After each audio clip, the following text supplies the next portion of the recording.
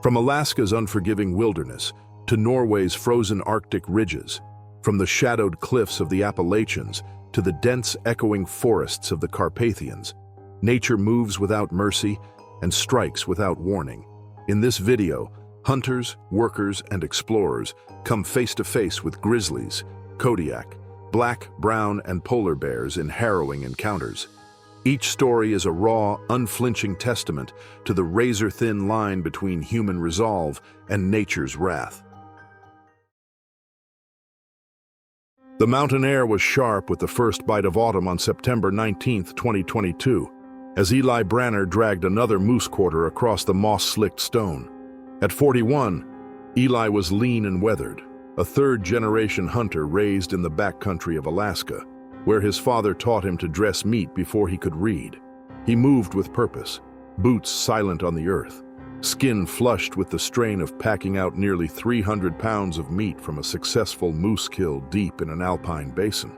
Beside him, Joel Cutler, 39, broad-shouldered and quieter by nature, staggered forward with the rear haunches balanced over one shoulder.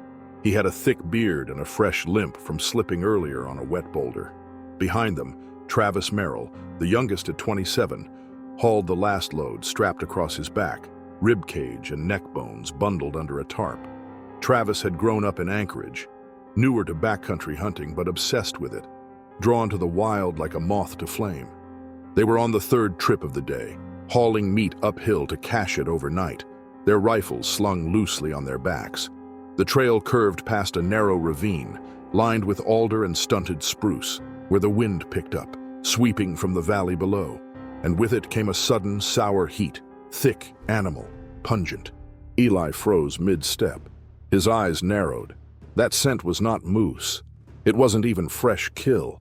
It was heavier, ranker, the unmistakable stench of bear.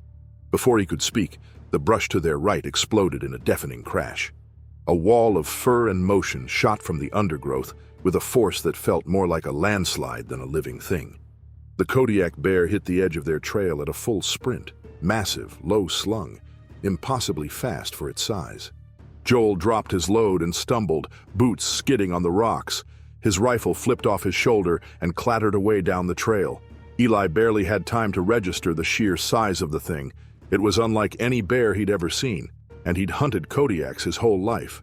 Its body looked nearly as wide as a compact car, its fur dark with glints of brown, its eyes locked forward. Travis, already dropping his meat bundle, yanked the shotgun off his shoulder, stepped sideways, and raised it as the beast came crashing toward them. He fired once, a deafening roar that sent a slug into the animal's front shoulder. The shot hit solid, and the bear recoiled, but only for a fraction of a second. The giant didn't flinch. It pivoted, swinging its massive head and barreling into their makeshift camp just up the slope, nothing more than a tarp shelter rigged between two boulders. The bear tore through it without slowing. Poles snapped, fabric shredded, and cooking gear flew through the air. Joel was struggling to his knees, trying to reach his rifle, but the bear was between him and the weapon. It turned again, now upright on its hind legs. For a moment, the whole world seemed to pause. The thing rose higher and higher, easily pushing 12 feet tall, its massive frame heaving with breath. Blood flowed down its front leg from the shotgun wound, staining the fur dark red. Its face was calm, terrifyingly calm, like something far too confident in its strength. Eli braced for another charge, his heart pounding, as he finally gripped his rifle in both hands. But the bear didn't come forward. Instead, it tilted its head and let out a deep, guttural growl, a sound that vibrated through their bones and seemed to settle in the dirt around them. Then it slowly backed into the tree line, disappearing without turning its back, fading into the shadowy timber like it had never been there. The silence afterward was crushing. No birds, no wind, just the distant rattle of a spilled pan clinking against stone. Joel sat breathing heavily, hands scraped and bleeding. Travis was shaking, shotgun still pointed toward the trees. Eli kept his rifle aimed where the bear had vanished, finger hovering on the trigger long after it was gone. They stayed frozen for over a minute.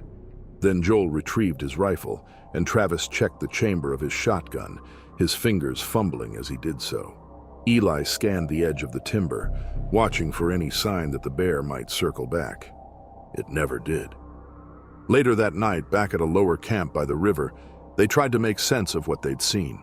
They reported the incident by satellite phone to rangers in Kodiak. By morning, a pair of rangers had been flown in by helicopter and hiked the trail with them. The bear's prints were found easily. Deep impressions, more like potholes than tracks, sunk several inches into the moss and dirt. One front print measured nearly 18 inches across. It was the largest set of Kodiak tracks recorded on the island in over 10 years. Based on the stride, the rangers estimated the bear weighed somewhere between 1,600 and 1,700 pounds, almost 100 pounds heavier than any tagged in recent memory. The tarp site looked like a bomb had hit it.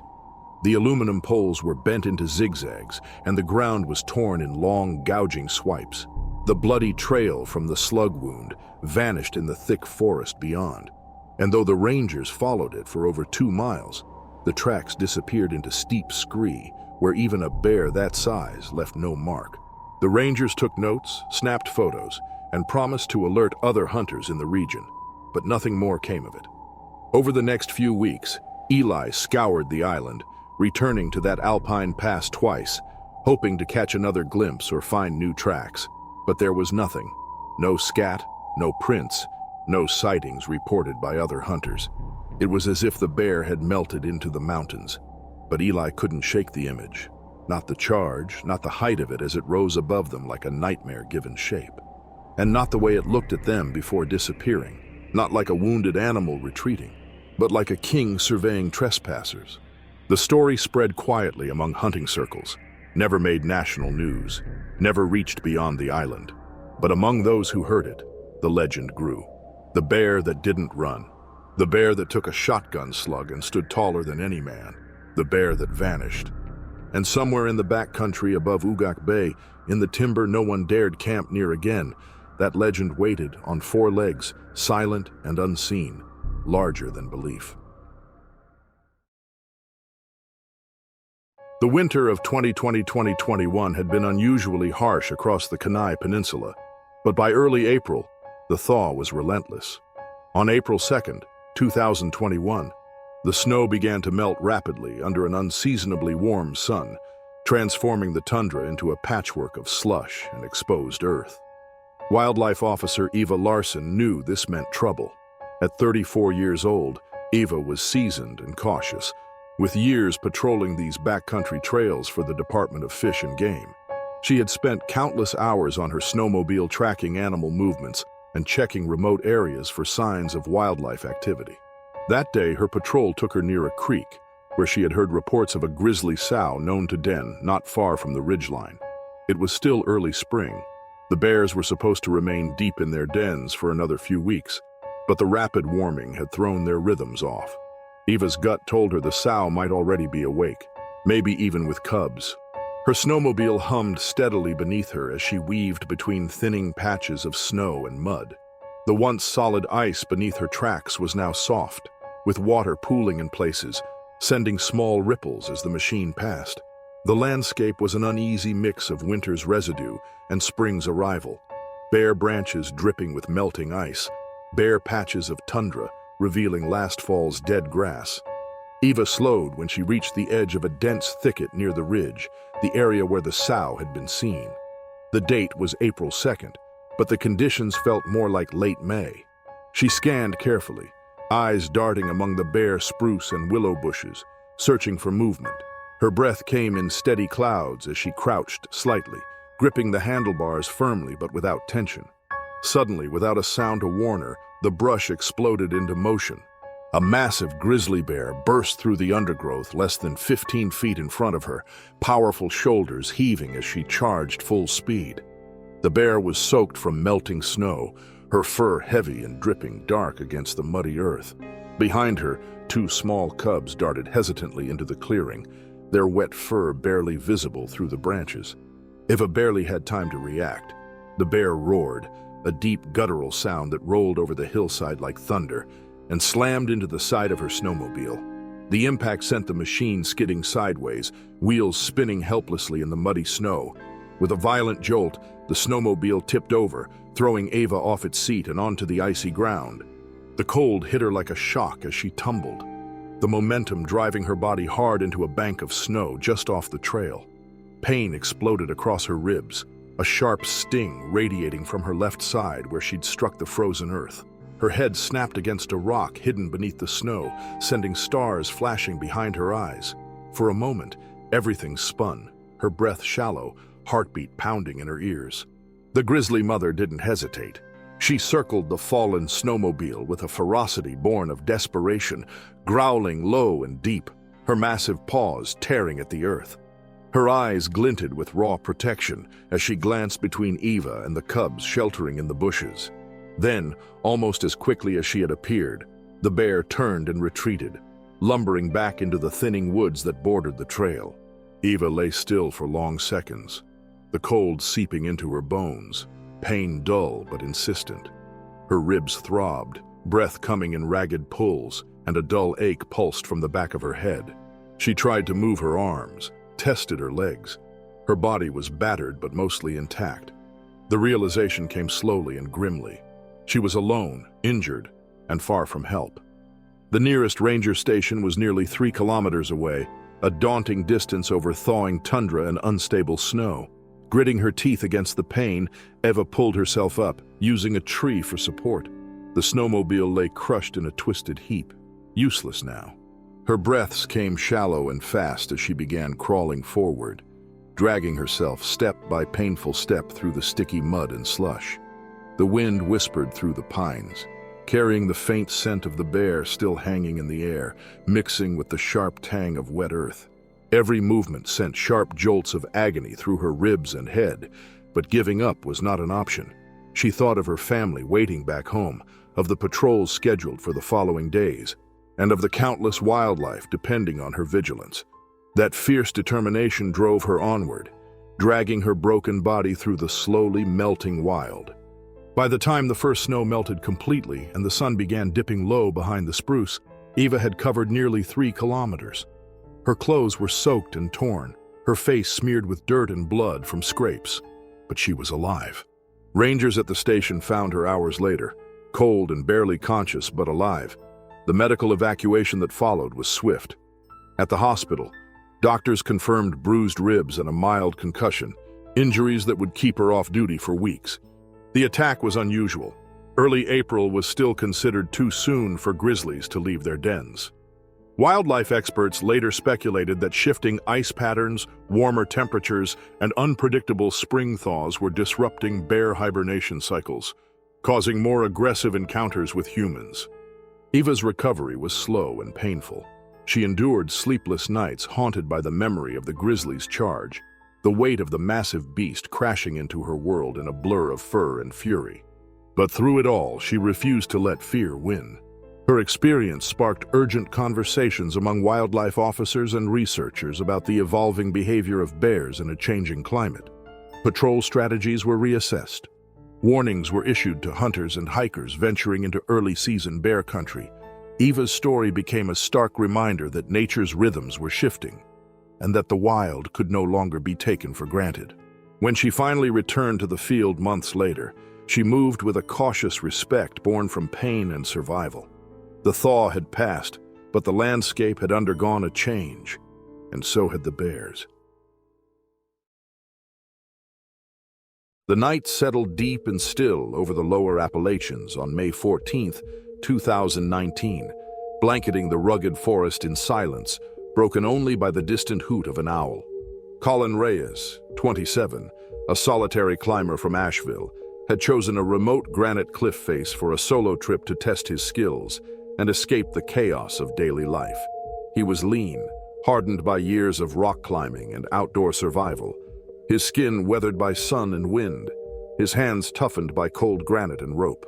His climbing pack was minimal but efficient: ropes, carabiners, food, and a small tent. That evening, after a long day of scaling sheer walls, Colin had settled on a wide ledge about halfway up the cliff, nearly 100 meters above the forest floor. It was just large enough to spread his sleeping bag and stash his gear. The rock was cool beneath him, bathed in faint moonlight that filtered through broken clouds. He was exhausted but content, savoring the solitude as he prepared to rest before pushing higher the next day. Colin was aware of the risks associated with this type of camping. Bears were common here, especially black bears that roamed the mountain slopes following well-worn goat paths. He had taken care to secure his food away from the ledge, hanging it as far from his sleeping area as possible, or so he thought. But nature rarely followed plans. As the night deepened, the air grew colder and heavier. Colin drifted into uneasy sleep, muscles aching but mind alert to every whisper and shadow. Just before dawn, the silence was shattered. A harsh, rasping sound echoed across the granite, the unmistakable scrape of claws against rock, sharp and slow, deliberate. Colin's eyes snapped open, heart pounding. The noise was close, almost beneath him. A shadow moved beyond the faint circle of his headlamp. A black bear had climbed onto the ledge. The bear was large, male, judging by the thick neck and broad shoulders, and its glossy black fur shimmered wet from dew or melted snow. It had followed the mountain goat trails, and the scent of Colin's camp had drawn it in. The bear froze, nostrils flaring, eyes reflecting the dim light. Suddenly it lunged. Claws slashed viciously across Colin's left arm, tearing through his jacket and skin, sending searing pain radiating through muscle and bone. Teeth clamped hard onto his shoulder, crushing flesh and ripping deep puncture wounds. Colin's breath hitched. His body jerked instinctively, fighting the shock and the rising fear. With his right hand, the only free one, he grabbed a loose rock resting near the ledge's edge. He struck the bear's snout again and again, desperate and wild, pounding the tough muzzle with heavy blows. The bear growled, a low, guttural rumble that shook the granite beneath them. But Colin's blows landed hard. Blood welled from the bear's nose and stained the black fur red. Stunned and disoriented, the bear stumbled backward, claws scraping the rock as it scrambled down the steep slope, disappearing swiftly into the thick underbrush below. Colin sagged against the granite, chest heaving with ragged breaths. Pain radiated through his arm and shoulder, waves of burning and aching that pulsed with each heartbeat. Blood poured freely from deep punctures and torn muscle, dripping onto the rough rock below, pooling in thin rivulets. His mind raced. He knew he had minutes before blood loss and shock could overwhelm him. The mountain was far from any road or quick help, but his survival instincts sharpened. He reached into his pack, pulling out the climbing rope. Using practiced hands, he fashioned a makeshift tourniquet around his upper arm, twisting it tightly enough to slow the bleeding, but not so much as to stop circulation entirely. His fingers trembled violently, slick with sweat and blood, but the knot held firm. With great effort, Colin prepared for descent. The ledge was narrow and precarious, but the cliff dropped sheer below. He secured his harness, clipped into the anchor bolts he had drilled earlier in the day, and began to rappel. Each movement sent jagged jolts of agony through his shoulder and arm. His legs shook, muscles screaming with exhaustion and pain, but he forced himself down, lowering slowly and carefully. The wind tugged at his jacket, carrying the cold scent of pine and earth as the forest floor drew closer with every passing moment. After a tense and painful rappel of about 1 rope length, Colin reached a small outcropping, a place he could rest and collect himself. There, he pulled out his emergency beacon from his pack, hands numb and clumsy from injury and cold. Sweat and blood blurred his vision as he fumbled the device open and pressed the activation button. A flashing red light blinked to life. Help was on the way. The hours that followed were a cruel blur of cold, pain, and fatigue. Night gave way to morning, stars wheeling overhead, and Colin fought waves of dizziness and weakness. The dark thoughts that sometimes haunted solo climbers, the fear of never being found, circulated in his mind. But the beacon had been activated. He was not alone. Just after noon, rescue helicopters sliced through the forest canopy below, their rotors stirring the air with a deafening roar. Paramedics rappelled down the cliff face to reach him. Their steady hands worked quickly, stabilizing his shoulder and wrapping his wounds with sterile bandages. Colin's relief was profound, mingled with exhaustion that pulled at his limbs like lead. At the hospital, surgeons confirmed severe puncture wounds and torn muscles in his left shoulder. Surgery was necessary to clean the wounds and repair damaged tissue. The recovery would be long and painful, but full healing was expected. Meanwhile, wildlife officers investigating the site found discarded food wrappers near the base of the trail. It was clear Colin had underestimated the bear's sense of smell and agility. The bear had ventured higher than expected, lured by the scent of food left too close or improperly stored. The incident sent ripples through the climbing community. Experienced climbers shared warnings, and local rangers issued guidelines on food storage and campsite security, especially when bivouacking on cliffs and ledges where wildlife encounters were rare but potentially deadly. For Colin, the memory of the attack lingered far longer than the pain in his shoulder. The scariest part, he later said, wasn't the injury or the blood, but the moment he watched that massive black bear skillfully climb the granite ledge beside him, its dark eyes fixed on him with equal parts curiosity and caution. The wilderness was close and wild, closer than he had imagined, and it was unforgiving. The early morning mist hovered low over the tundra on October 14, 2015, blanketing the remote Russian airstrip in thick gray fog that blurred the skeletal outlines of birch and pine. 42-year-old Yuri Pavlenko, a seasoned aircraft mechanic with over 15 years of experience working in harsh conditions, made his rounds before dawn. The tundra airstrip was a lifeline for the isolated community, a strip of gravel and ice where supply planes landed irregularly, and every worker depended on careful maintenance and vigilance. Yuri was stocky and tough, his hands calloused from years of turning wrenches on engines and refueling aircraft in sub-zero weather.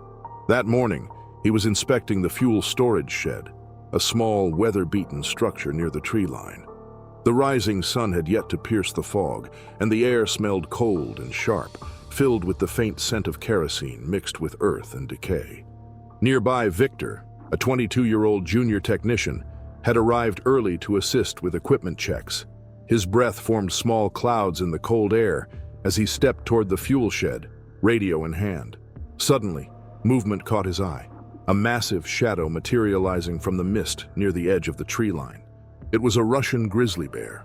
The bear moved with silent menace, its massive bulk barely making a sound as it emerged through the fog. Its fur was matted with frost and dirt, and its dark eyes gleamed with a fierce intelligence. Victor's heart pounded as he realized the bear was likely drawn by food waste, carelessly discarded behind the storage containers. A dangerous mistake in this wild place. Victor called out a warning to Yuri, but it was too late. Yuri hadn't seen the bear until it was mere yards away. The grizzly charged with terrifying speed, its heavy paws pounding the frozen ground like thunder. The impact struck Yuri with brutal force, sending him crashing sideways into the cold metal side of the fuel shed. Pain exploded through his body as the bear's massive jaws sank into his flesh, tearing at muscle and bone with savage efficiency. Victor reacted instantly, grabbing a flare gun from his belt and firing into the air. His voice shook as he radioed for help, calling for backup from the main base station miles away. But the bear was relentless. It dragged Yuri's body behind a snowbank berm, partially burying him in the icy snow as it continued its savage attack. Minutes stretched like hours in the cold dawn silence. When reinforcements finally arrived, armed rangers and fellow technicians, the scene was grim. The bear still loomed nearby, its fur dusted with blood, standing guard over its kill. The team fired warning shots, the sharp cracks echoing across the tundra. The bear growled but retreated briefly into the fog. The site was immediately locked down, and the airstrip operations were suspended as a full investigation was launched. Later that night, the grizzly returned under the cover of darkness, confirming the animal's predatory intent. It was tracked over the following days using GPS collars and blood trails. Authorities made the difficult decision to euthanize the bear, ending a terrifying chapter in the airstrip's history. The attack marked one of the deadliest bear incidents recorded at an operational aviation post in the Russian tundra. It sent shockwaves through the remote community, highlighting the fatal consequences of neglecting proper food disposal in bear country. For Victor and the others who witnessed the attack, the memory remained vivid. The cold fog, the silent approach of the massive predator, the thunderous impact that shattered the quiet morning. The wilderness was unforgiving, and the margin for error was razor thin. Yuri Pavlenko's death was mourned deeply, a stark reminder of nature's power lurking just beyond the edge of human settlement, waiting to strike when least expected. The late summer evening had settled deep over the remote valley carved by rivers and ancient glaciers in the heart of the Slovakian Carpathians. It was August 21st, 2018, and the forest surrounding the small clearing where three friends had made camp was alive with the murmurs of night. Crickets chirping, leaves rustling in the warm breeze, and distant calls of owls from the dense spruce and fir. The air was thick with the rich scent of pine needles, moss, and damp earth, heavy from a recent afternoon rain. Mist curled low among the hills, rolling in slow, ghostly waves that seemed to swallow the trees in a soft, pale shroud. Zoltan was a tall, rugged man in his early 30s, his skin sun-browned and weathered from years spent working outdoors as a lumberjack and farmer. His broad shoulders bore the scars of labor and life in the wilderness, and his hands were rough, cracked from wielding axes and tending to animals. His two companions, Marek and Jan, both sturdy men from their mountain village, had joined him for a birthday weekend away from the towns and traffic, seeking freedom in the wild. They carried the laughter and careless energy of youth and friendship, oblivious to the ancient power that pulsed just beyond the firelight. Their camp was set near the edge of a forest that had long been home to Eurasian brown bears. The animals roamed these mountains in small, secretive populations, wary of humans, but always close. The clearing was a small break in the wilderness, carpeted with soft grass and wildflowers, surrounded by towering firs that swayed gently with the breeze. The fire they built sputtered and crackled, its flickering glow dancing over their faces and casting giant shadows on the tree trunks. As night deepened, the men drank steadily, their voices growing louder and less restrained. The warmth of the alcohol flowed through their veins, dulling caution and sharpening bravado. Soon, their laughter became howls, their voices echoing into the darkness, unnatural and jarring amid the forest's quiet. They began banging pots and pans with reckless abandon, the clangs and rattles tearing through the stillness. Their calls and taunts were crude, meant to mock the invisible wildlife, the bears, wolves, and other creatures that shared this land. They jeered and howled, summoning the king of the forest, a foolish challenge whispered across the valley. Far beyond the glow of their firelight, in the depths of the forest, a large Eurasian brown bear stirred. She was a female, heavily built and coated in thick brown fur, mottled with dirt and brambles. Her eyes were dark and sharp, reflecting a wary intelligence born from years of survival in these harsh mountains. Two small cubs huddled silently in a nearby den, hidden beneath a fallen tree. The bear's muscles twitched as the cacophony of noise pierced her domain, a sound unnatural and threatening. The bear rose and padded forward, moving through the dense underbrush with quiet power, drawn by the noise and possibly the smell of food scraps left carelessly near the camp. The scent of alcohol and human waste mingled in the cool air, stirring her instincts and raising her guard. Zoltan was the first to see her emerge from the shadows. The massive shape stepped into the circle of firelight, towering and imposing. His heart raced, but the drink clouded his judgment. Rather than retreat, he raised a flashlight and advanced toward the bear, his steps uneven and unsteady on the soft grass. The beam of light flickered wildly across the bear's snout, startling her. In a blur of muscle and fury, the bear charged. Zoltan stumbled under the impact as the heavy weight slammed into him, knocking him backward onto the ground with brutal force. The bear's claws slashed open his thigh and shoulder, deep, jagged wounds burning with sharp pain. His body hit the earth hard, the shock of the attack sending searing waves of agony through his muscles and bones. Blood gushed from the wounds, soaking into the grass and pooling beneath him. Despite the pain, Zoltan struggled to shield himself, his breaths ragged and shallow. His mind fought panic and confusion, adrenaline flooding his system even as weakness began to creep in. Marek and Jan reacted quickly, their faces pale but determined. They grabbed flares from their packs, striking them with trembling hands and hurling the bright, crackling lights toward the bear. The sudden bursts of fiery light startled the animal, forcing her to hesitate and shift her attention away from Zoltan. With a low, threatening growl, she retreated into the darkness of the forest, vanishing among the trees with the soft rustle of leaves and breaking twigs. The camp, once alive with reckless noise, fell suddenly silent. Only the crackle of the fire and the heavy breathing of the wounded man remained. Zoltan lay on the earth, his strength ebbing, but his will to survive burning fiercely. Marek and Jan wrapped torn pieces of their clothing around the wounds, applying pressure to slow the bleeding as best they could. The warm night air pressed close, but the cold seeped into their bones, mingling with the blood and fear. Without a phone signal and miles from the nearest village, the three friends faced a daunting reality.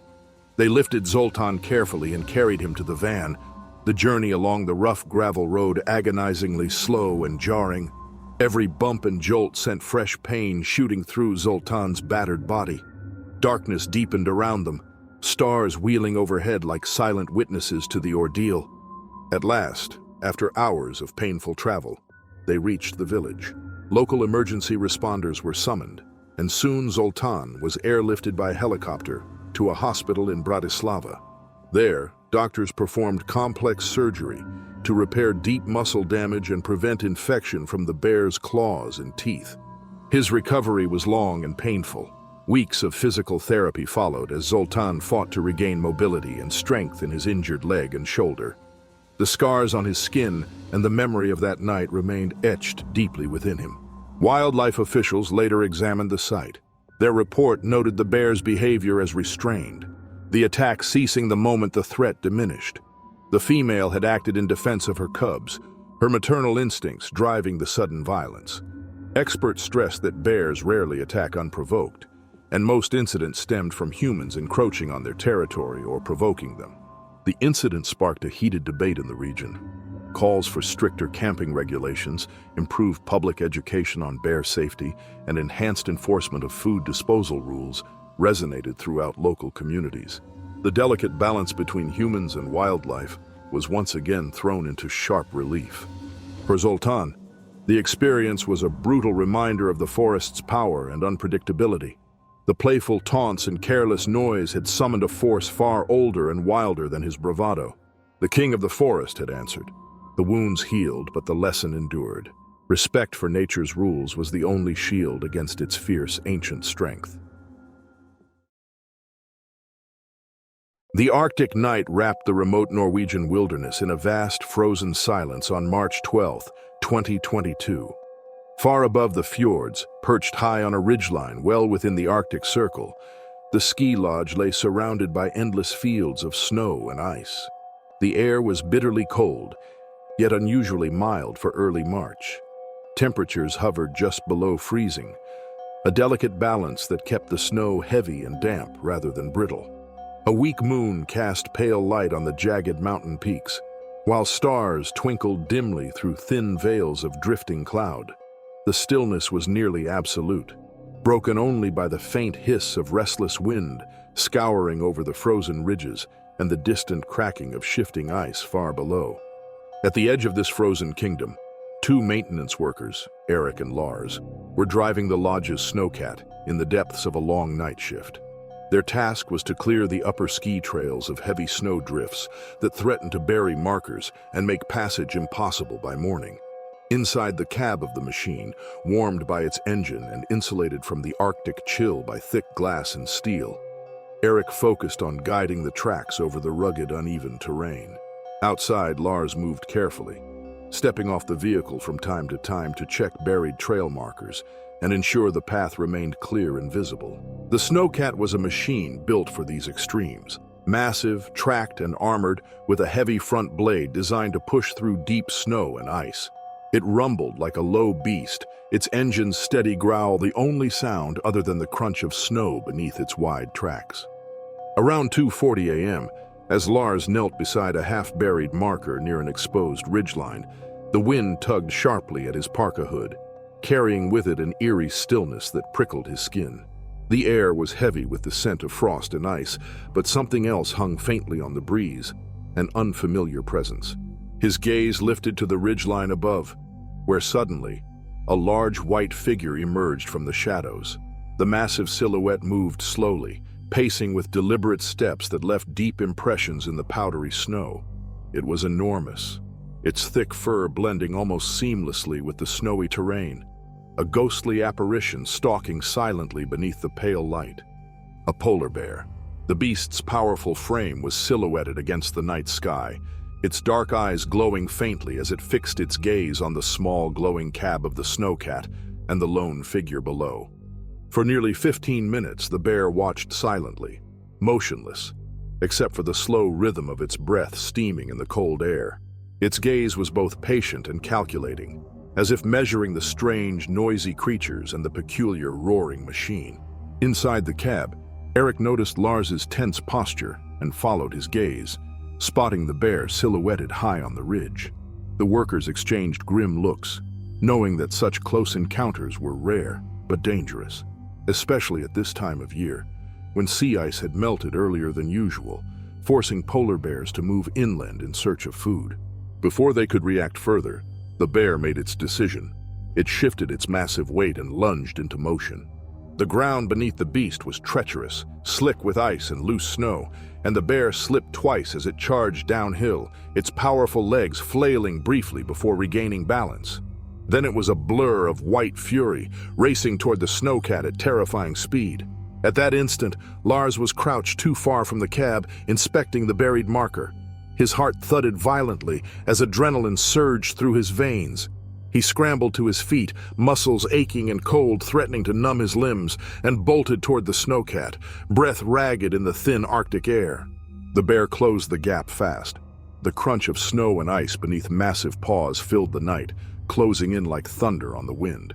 Lars barely made it to the safety of the cab's open door when the bear slammed into the snowcat's heavy front blade with a force that sent the entire vehicle rocking. The metal groaned under the impact, shaking violently as the machine resisted the force of the blow. The windows rattled sharply, snow sprayed up in a white cloud, but the snowcat remained firmly grounded, a fortress built to withstand the Arctic's fiercest assaults. The polar bear circled the snowcat twice, low growls rumbling from its throat like ice cracking beneath enormous weight. Its sharp claws scraped against the steel, leaving faint marks in the snow as it paced, tense and watchful. The two men inside sat motionless, the cold sweat of fear slick on their skin beneath layers of protective clothing. Then, as suddenly as it had appeared, the bear stepped back, retreating silently into the shadows beyond the ridge, melting into the Arctic night like a ghost. The lodge's management quickly shut down all upper trails for 72 hours, prioritizing safety as wildlife officers deployed to monitor the region. The two workers emerged physically unharmed but profoundly shaken by the encounter. The presence of a hungry polar bear so close to human activity was a stark reminder of the changing Arctic. Thermal camera footage retrieved from the snowcat's exterior sensors captured the bear's patient vigil. The grainy black and white images showed the massive white figure pacing along the ridge for nearly 15 minutes before the sudden charge. The footage documented the bear's precise movements, its tense posturing, and the fierce collision with the snowcat's blade. However, this footage was never released to the public or media. Officials deemed its release too alarming, fearing it might provoke panic or interfere with ongoing conservation efforts. They chose instead to keep the footage confidential, a silent record of nature's raw power and the uneasy coexistence between man and beast in a rapidly changing world. Scientists attributed the bear's unusual behavior to the early thinning and breakup of Arctic sea ice, a direct consequence of rising global temperatures. As hunting grounds disappear, polar bears are forced to move inland, sometimes coming perilously close to human settlements and infrastructure. This encounter was part of a growing pattern, a symptom of environmental shifts reshaping the fragile balance of life in the high north. For Eric and Lars, the night's events etched deep impressions that would not fade. The Arctic was no longer a distant wilderness viewed through the lens of adventure and industry. It was an active, living force, unpredictable and unforgiving. The ghostly monarch of the Arctic had reminded them of its dominion with a fury as white and cold as the endless snowfields. The echo of that collision, the rocking of the snowcat, the ghostly silhouette pacing in the moonlight, they remained with them like a warning. Respect, vigilance, and humility were the only shields against the wilderness's unforgiving power.